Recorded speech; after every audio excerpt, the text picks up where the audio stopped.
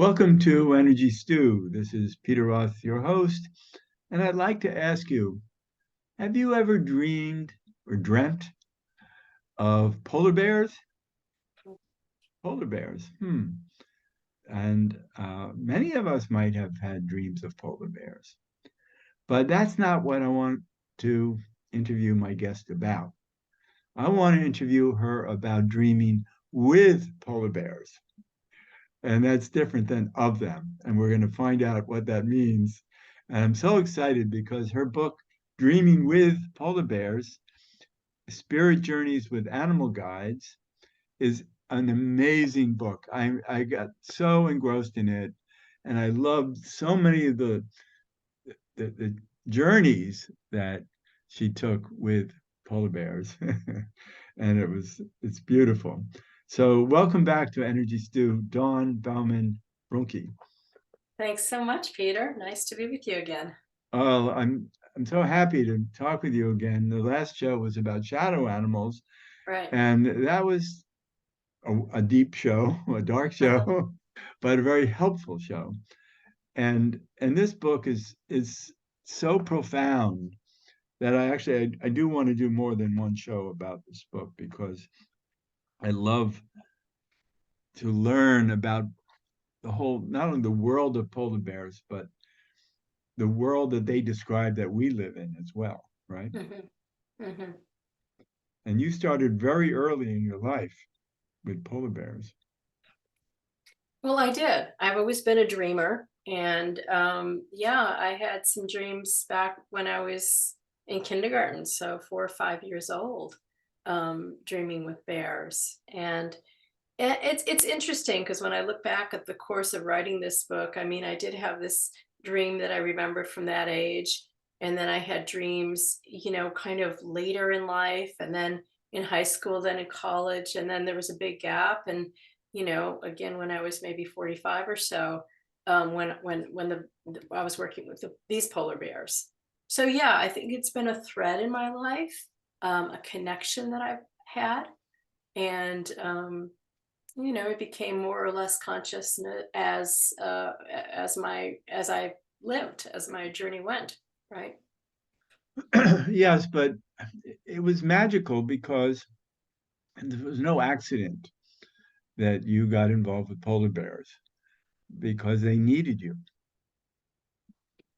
Well, more recently, yeah, yeah. I think in the beginning there was a dream that I tell about in the very beginning of this book when I'm quite young, and I wake up. I didn't have a concept of what lucid dreaming was, but I woke up in my bed and my fingers were sparkling. I had lights coming out of them, and a kind of a voice from the closet said, "If you want to know how to fly, go to the closet."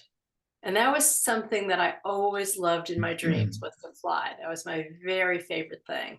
But I was always a little afraid of my closet in my bedroom. There was nothing spooky about it. It was just something that I always wanted the closet shut when I went to bed. But in this particular dream or experience of lucid dreaming, I got up and I went to the closet and I opened it out, and out came a bear, a polar bear. And it walked with me around my room, and we walked in a very particular way. I remember there was a movement involved. And we started to walk in tandem. It was very meditative. I mean, when I look back at it, it was almost like a walking meditation, right? So we walked and we kind of became synced, and we went out and we flew up into the air. And that little journey involved a trip to the Arctic where I woke in the Arctic with this bear. So that was really my first remembered dream experience of connecting with polar bears.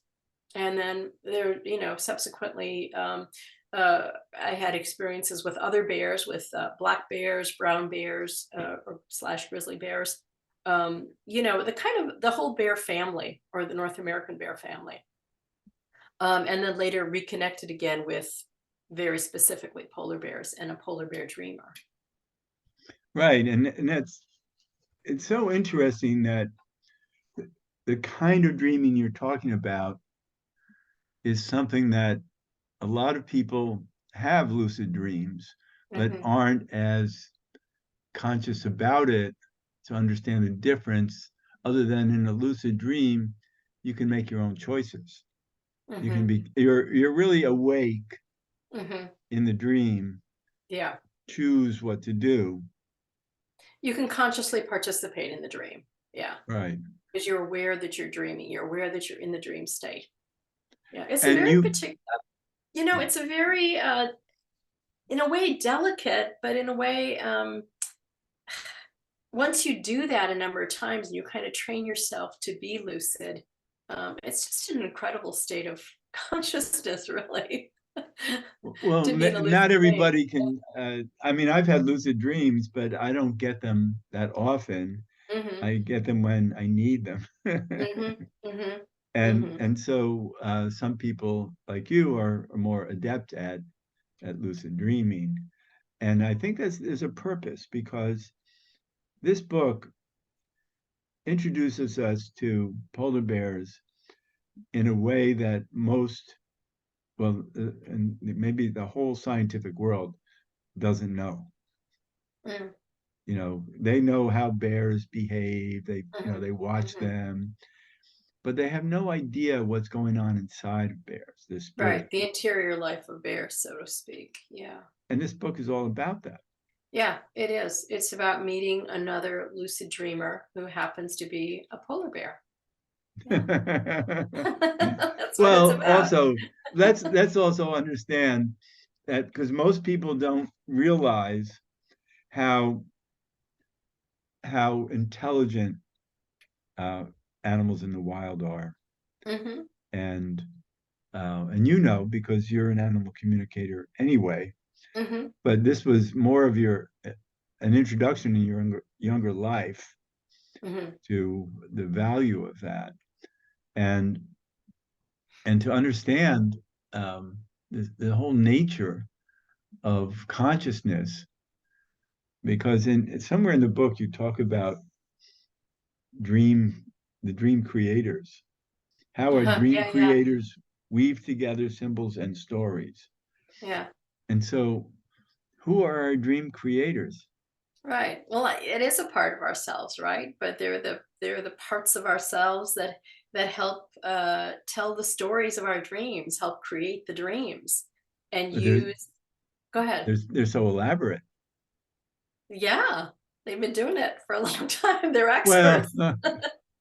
I know, but it's They're so experts. amazing how complex our dreams can be, It and is. where do they come from in such Yeah. complexity? Yeah, yeah.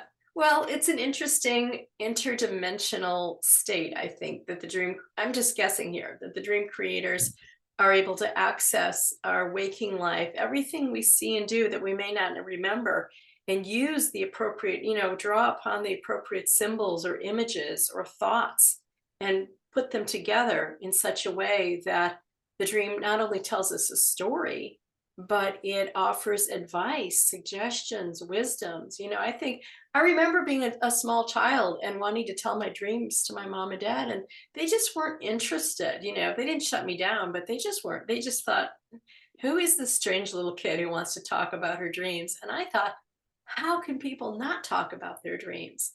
This is the Well, most amazing thing. How can we not talk about it, right? but there's another thing that you mention in here about imagination Hmm. and how misunderstood imagination is. Hmm. Yeah, I think imagination is a vehicle. It helps us. I think of it as a nation of images, right? Image nation. It's a nation of images. It's this huge thing that we can draw upon. Actually, maybe it's similar to the dream creators, you know, all of Right. these things that can help us kind of elevate and open ourselves to more multidimensional aspects of reality. Well, that's the point, and it's about understanding how sophisticated life is. That Mm, most mm, people who are five senses people have no idea. mm, mm. Even though they have dreams, they don't think about it. They don't think about Yeah. where Yeah. these dreams might have come from and why they're there and how could they how could you have such elaborate stories Mhm. made up for your dream by somewhere. Yeah. Somehow a dream creator does it, Right. and then Right. maybe it's part of us, But it looks like a lot of time is put into developing the plot, Right, the right. character development, all that Yeah. stuff that's in dreams. How to get there, it's pretty wild.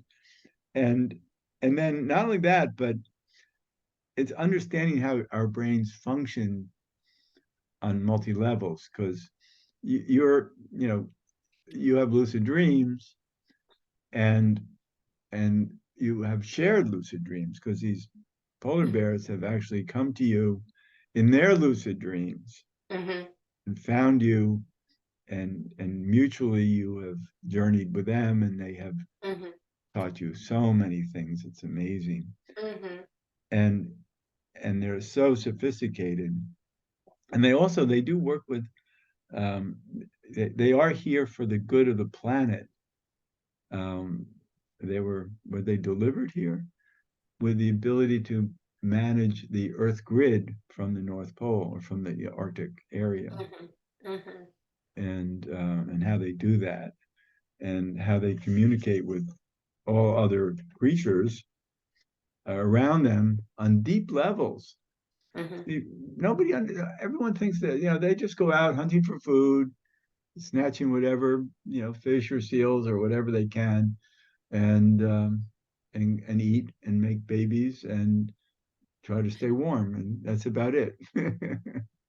Well, the way I think of it is this. I think it's not that I think it's similar to how humans are. You know, we can talk with each other about this certain thing because we have a resonance and we have an interest in consciousness and multidimensionality, right? Right. Um, but there's other times in our lives when we're doing practical things and we're not necessarily thinking of that, right? So we're kind of a range of selves. And I think it's similar with polar bears. I think they're not always thinking about, the grid and everything. Sometimes Right. they're focused on getting a seal because that's what they need in the here and now, right? Oh, sure. No, Yeah. it's Yeah. multidimensional, right? It is. We all are, and I'd also say this, another just observation is, some people are more open to this, like as for example, our talk here. And other people are not. They don't consider dreams. It's not important to them. I think it's similar with some of polar bears. I think some polar bears are just being polar bears, right? And others are open to this aspect of dreaming. It's not to say it's not available to everybody, every polar bear, just like dreaming is open to every human. Do Right. we put our consciousness there? Do we resonate with that? Do we focus there or not? Right? But you know that, in as an animal communicator, Yeah. and you've spoken with many species, Yeah. that there are the ones you speak with are the highly intelligent ones, and Well, then I don't. or evolved, that they are conscious to the point where they can communicate with you.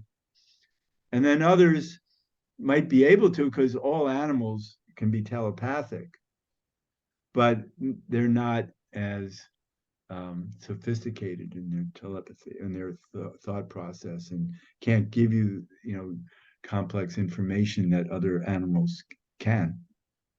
Yeah, I think it depends on the species. And I think every species holds a medicine, if you will, a teaching, a gift for the planet, just like Right. humans do.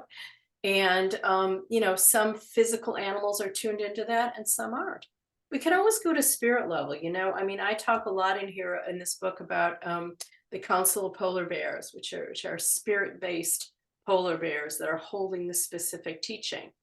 So they're very wise because that's their focus is I to love it.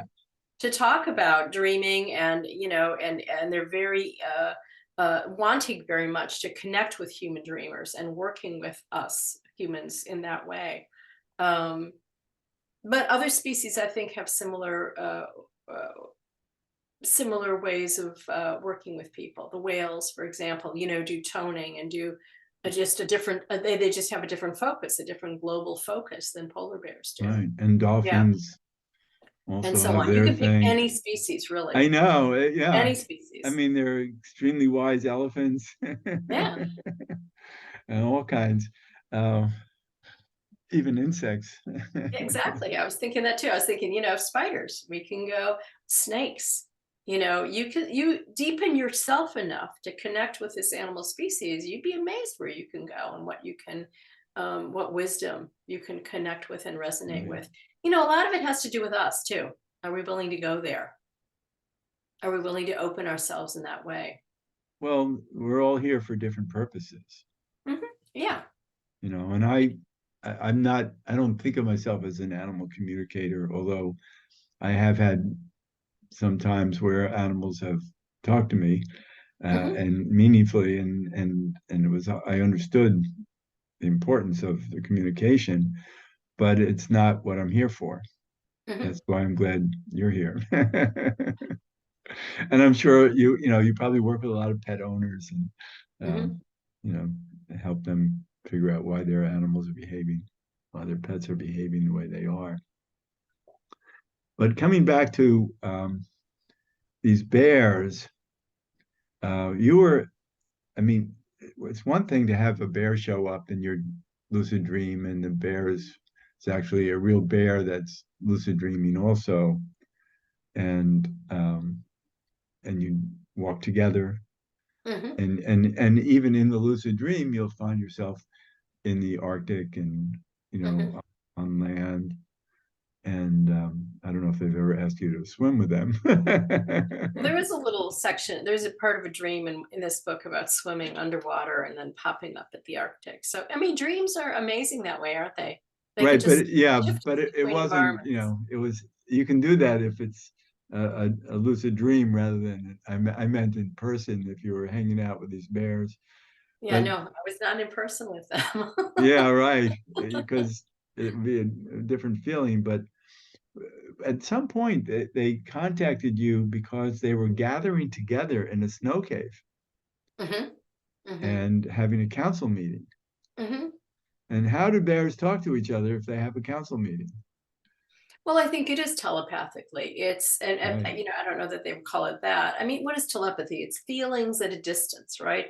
So we could also call it group mind or sharing of energy, sharing of consciousness. I mean, I wasn't even really thinking, how are they doing this? I was just participating and listening and getting it in the way that I get it, which is kind of through words in my head, through phrases, images sometimes, feelings. I'm kind of kinesthetic when I connect with animals, so I get feelings oftentimes. Um, if you can imagine yourself being a spirit being, then how do you talk? Well, you just share feelings, right? Or share images. You share Right, thoughts. right. You don't So the need way words. the telepathy was working with you in your lucid dreams with the bears, and you can imagine that that's how they work with each other, Yeah. Yeah, I think so. Yeah. right? Yeah. And so in the book, it's really about a bigger story of awakening that they needed you for. Well, I think it was a perfect fit. I think I was interested in lucid dreaming and about bears, and I think they were interested in getting their story told. So it was a nice match, right? But isn't it It was interesting a win-win. how you found each other? Well, I think we found each other because of the way the dreams unfolded. And I mean, that in the beginning of the book, I talk about a dream about, I mean, this is even before the polar bears. I'm on an airplane in a dream, and I'm sitting next to a professor of dreamology. He's Wow. an older man who kind of looks like Robert Moss, who's the dream, a dream. Yeah, he's been on my show a number of Oh, times. has he? Yeah, he's great. So it kind of looked like him, and there's a number of things involved, a lot of synchronicities there. And at the very end, I'm given an invitation, and the invitation says, "Dreaming with polar bears." So it's Mm. not asking anything; it's just saying that. But when I woke up, I felt very strongly that is an invitation, and there's no right or wrong. There's just, do you want to accept that? Do you want to open to whatever that means? And it was yes, yeah, of Yeah. course I want to know what dreaming with polar bears is. Um, and that's then when I started having these, what I call sea dreams, which were little dreams of walking beside this polar bear in the Arctic. They weren't lucid, they were just these dreams that were repeated, a series of dreams, probably over a number, 8 months or so, maybe a year. I was walking beside this polar bear. He's always on my left. And near the end of that series of dreams, I suddenly realized, oh, I become lucid in the dream. I think this is a dream. I've been here before. And I look over to my left at the polar bear, and he turns his head to me, and we're seeing inside of each other. We're looking at each other, but also at simultaneously from each other's perspective, from each other's uh, uh, vision. So, in other words, I'm inside him seeing me, and he's inside me seeing him. And there's this moment of just, I had never experienced anything like that, a connection of a realization that this is a real polar bear who's dreaming. I'm a real human who's dreaming. We're seeing each other. We're connected in this lucid dream. Okay, that gave me a couple days of things to think about. Yeah, You I'll know, say. it was remarkable, and it really did take a little while to integrate that and to think about Yeah. how that worked. And I realized that was my next clue, kind of in this adventure, to deepen into that and to connect with that bear. And then later, I met this council of polar bears who were related to him, and yeah, it all unfolded from there, kind of like a dream. But what's amazing is to share lucid dreams, and one thing to share them, with polar bears, but there are a lot of people who are able to. Robert Moss is a guy who collects people who are capable of this Hmm. and does group trips with Hmm. them, and they Yeah. all dream together on a voyage somewhere and come back and talk about their voyage together. Hmm. Yeah. And so these are things that are most humans have no idea that we're capable of that kind of consciousness. And so you know you're playing a big role in life to be a leader of of dream consciousness and also intuition too, because as an animal communicator, you really understand how to tap into shared consciousness. Hmm. Yeah. I think that was a good background for me to go into animal communication, because you're right. I think what you have to do is you have to know how to kind of balance between waking and dreaming states in a way, and you have to kind of bring together the right and left side of your brain in order to deepen into something, and then kind of bring that to translate that back to humans.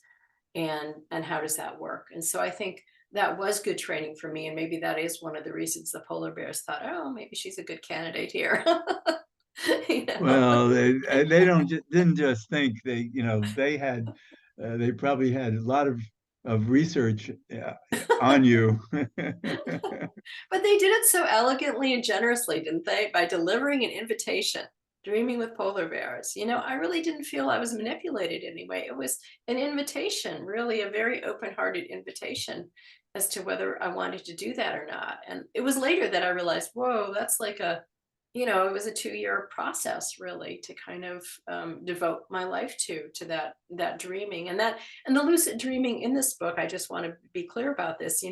I think it was very intense, and it was very concentrated during a certain period of my life. I don't necessarily always lucid dream now, or even have a lot of lucid dreams, but because this book was happening and because we were both committed to it, meaning myself and the polar bears, I think they helped facilitate lucid dreams. Yeah, it And was a project.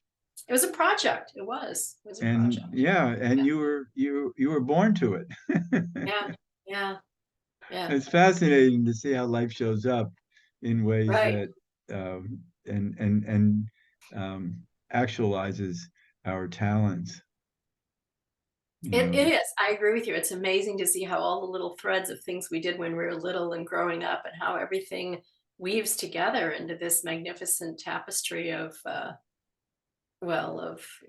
interdimensional consciousness to Yeah. help I us always say, awaken. yeah, I always say that everything is in divine order, Mm. and not all the order do we like, but Right, right, right. but That's so true, isn't it? it's Yeah, all working, yeah. and it's amazing. And I think the more conscious you are, the more you can raise your consciousness level, the vibes of it, the more it opens to you. Yeah, I agree. The more you do it, the more it's like a muscle, right? You know, the more you exercise it, the better you get at it. So, Right, but, yeah. but it's hard to call consciousness a muscle, but I can understand it symbolically. But it's really um, it's something that is impossible to grasp. That's why science has no idea about it. Yeah. Well, most science, I mean, not all science, right? There's some scientists who are pretty Well, yeah, there's some gifted intuitive, and scientists, but yeah, for the most part, yeah. you know, so I love talking with you about this because you're living fully in an interdimensional life Well, because I you're would always say speaking. sometimes I'm aware of that, not all the time, you Well, know. you're always speaking with, well, professionally, you speak with spirit, you speak with animal spirits, Hmm. Yeah. and and then um, but being able to do that also probably attunes you to each day moving around just in your own world, how you feel and what you Yeah. sense on in a higher way, let's say. Hmm. So that's Well, like you wonderful. say, it's honing your skill, right? So again, the more you do it and the more you focus and the more open you're Well, willing to be. yeah, I mean, Yeah. it's the skill of life. Yeah. I love it, and it's great to share this with you, and I definitely want to follow up. Um, and so, but for now, people can get Dreaming with Polar Bears, and your name is Dawn Baumann Brunke, Brunke. How do Right. people find you? Is there a website? Yes. My website is animalvoices.net. Animalvoices.net. I like Yeah, that. Animal Voices was my first book. So animalvoices.net. Uh-huh. Yeah, you Yeah. have a lot of books, and I'm Books. excited. Your publisher sent me a bunch that I'm excited to Good. travel through. Oh, good. Well, I'm excited too. Good. Yeah, it's so fascinating, and what you're doing is a great treasure. And Mm, so yeah. I'm glad you're doing it. And thanks for being a guest again on Energy Stew. Yes. It's always a pleasure. It really is. Thank Love you. talking with And this is Peter Roth, your host of Energy Stew at prn.live. I can be reached at Peter at Heart River, HEART river.org. I'd love to hear from you. And thanks so much for listening.